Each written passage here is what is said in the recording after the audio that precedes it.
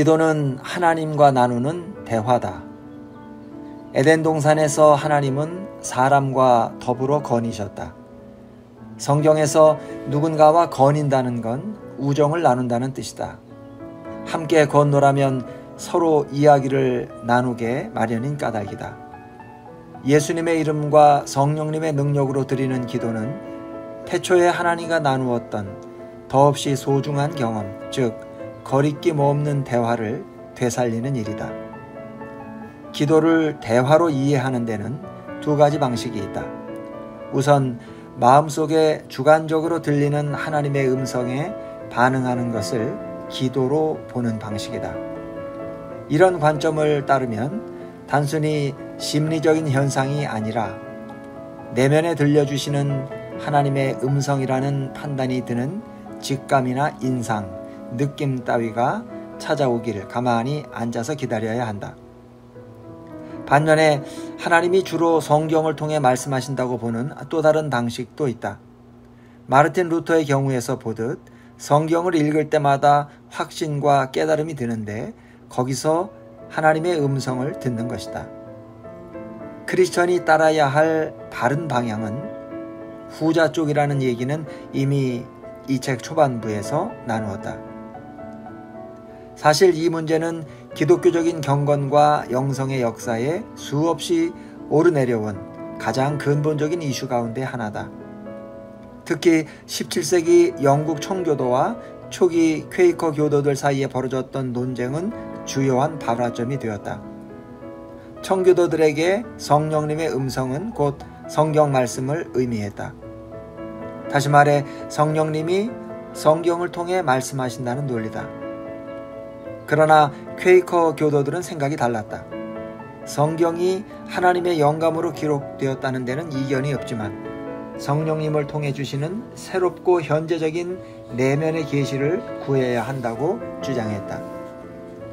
성경은 대화의 필수 요건이 아니며 마음속에서 주님과 더불어 이리저리 누니며 교제하는 데는 아무 지장이 없다는 뜻이다. 앞에서 지적한 것처럼 이런 접근 방법은 신뢰하기가 어렵다. J.I. 패커는 기도를 대화로 여긴다면 반드시 규칙적으로 깊이 있게 성경을 묵상하는 작업으로 이어져야 한다고 말한다. 묵상은 성경 해석과 연구와 자유로운 기도 사이를 연결하는 다리 구실을 하기 때문이다.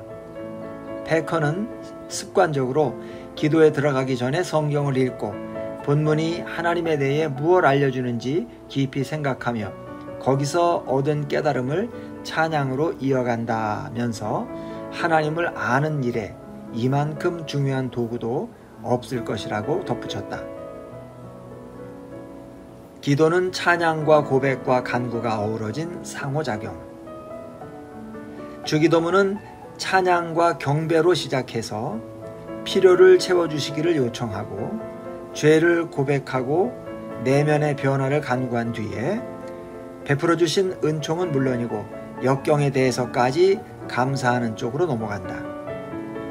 주기도문과 시편 찬송, 성경의 기도서 등을 보면 이런 기도 문법 또는 차원들이 하나같이 중요한 쓰임새를 가졌음을 알 수 있다.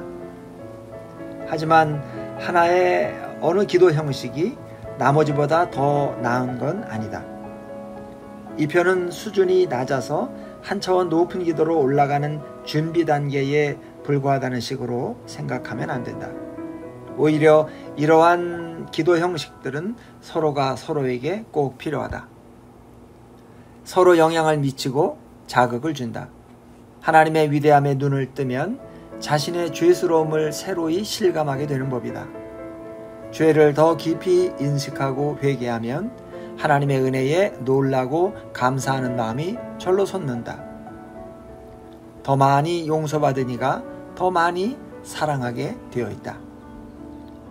하나님의 능력을 더 선명하게 인식할수록 더 깊이 그분께 의지하며 필요를 채우시기를 기도할 것이다. 주께 간구할 때마다 이런 기도 방식들이 빠짐없이 드러나고 서로 어울리며 균형을 이루어야 한다.